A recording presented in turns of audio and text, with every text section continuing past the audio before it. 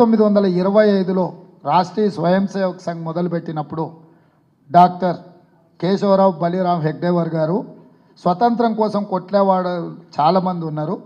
హిందువుల యొక్క హక్కుల కోసం, హిందూ సమాజం కోసం పనిచేసే వాళ్ళు లేరు. అందుకోసమే నేను ఆర్ఎస్ఎస్ను ప్రారంభిస్తున్నా. 100 సంవత్సరాల లోపల ఈ దేశాన్ని హిందూ దేశంగా ప్రకటించే విధానాన్ని కార్యాచరణ తీసుకొని ముందుకెళ్తామని వారు మొదలుపెట్టిన ఆ రోజు. ఆ 100 సంవత్సరాలు 2025 ఇప్పుడు పూర్తి కాబోతుంది. వారి తర్వాత బాధ్యతలు తీసుకున్న గోల్వాల్కర్ గారు రాసిన రచనలు మీరు అందరు చదివినరు, బంచ్ ఆఫ్ థాట్స్ కాకపోతే ఇతర విషయాలు. వారు రిజర్వేషన్లను వ్యతిరేకిస్తూ స్పష్టమైన విధానాన్ని మాట్లాడినరు, రాసిండ్రు. ఈరోజు అన్ని రాజకీయ పార్టీలు అవి మదర్ ఆర్గనైజేషన్స్, వాటికి ఫ్రంటల్. ఇప్పుడు కాంగ్రెస్ పార్టీ ఉందనుకోండి, ఐఎన్సీ ఈజ్ మదర్ ఆర్గనైజేషన్. మాకు యూత్ కాంగ్రెస్ కావచ్చు, ఎన్ఎస్యుఐ కావచ్చు, మహిళా కాంగ్రెస్ కావచ్చు, ఐఎన్టీయూసీ కావచ్చు, ఇవన్నీ మా ఫ్రంటల్స్. మిగతా రాజకీయ పార్టీలు కూడా రాజకీయ పార్టీలే మెయిన్ ఆర్గనైజేషన్స్, మిగతా ఇవన్నీ frontals. Whereas in BJP is not an mother organisation. BJP is an frontal organisation of RSS. RSS యొక్క రాజకీయ కార్యాచరణను అమలు చేయడానికి వాళ్ళు బీజేపీని ఏర్పాటు చేసుకున్నారు.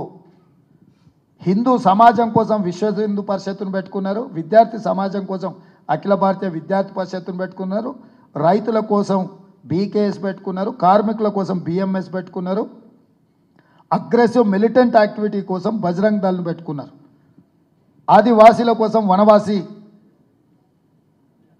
కళ్యాణ్ పరిషత్ అని పెట్టుకున్నారు. అంటే ఆర్ఎస్ఎస్ యొక్క ఎజెండాను అమలు చేయడానికి ఆర్ఎస్ఎస్ ఎన్నో ఫ్రంటల్ ఆర్గనైజేషన్స్ పెట్టుకున్నది. అందులో political frontal organisation is BJP.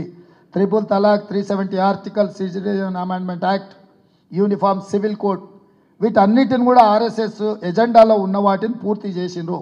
ఇప్పుడు మిగిలిన రెండు, ఒకటి రాజ్యాంగాన్ని మార్చడము, 2 రిజర్వేషన్లు రద్దు చేయడం.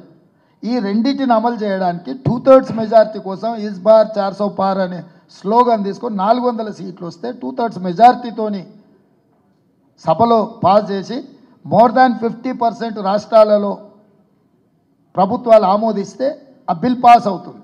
అందుకే 8 రాష్ట్రాలను ప్రతిపక్షాల కూటమిలో ఉన్న ప్రభుత్వాలను పడగొట్టి వాళ్ళు సొంత ప్రభుత్వాలు ఏర్పాటు చేసుకున్నారు. ఈ 2025 అనేది మనకు అత్యంత కీలకమైన సంవత్సరము. ఆర్ఎస్ఎస్ 100 సంవత్సరాలు పూర్తి చేసుకోకపోతుంది. ఆర్ఎస్ఎస్ భావజాలాన్ని పూర్తి స్థాయిలో ఈ దేశంలో అమలు చేయడానికి అగ్రెసివ్గా బీజేపీ ముందుకు రాబోతుంది. ఇది ఐడియాలజికల్ వార్. ఈ ఐడియాలజికల్ వార్లో వాళ్ళు దేన్నైనా స్టేక్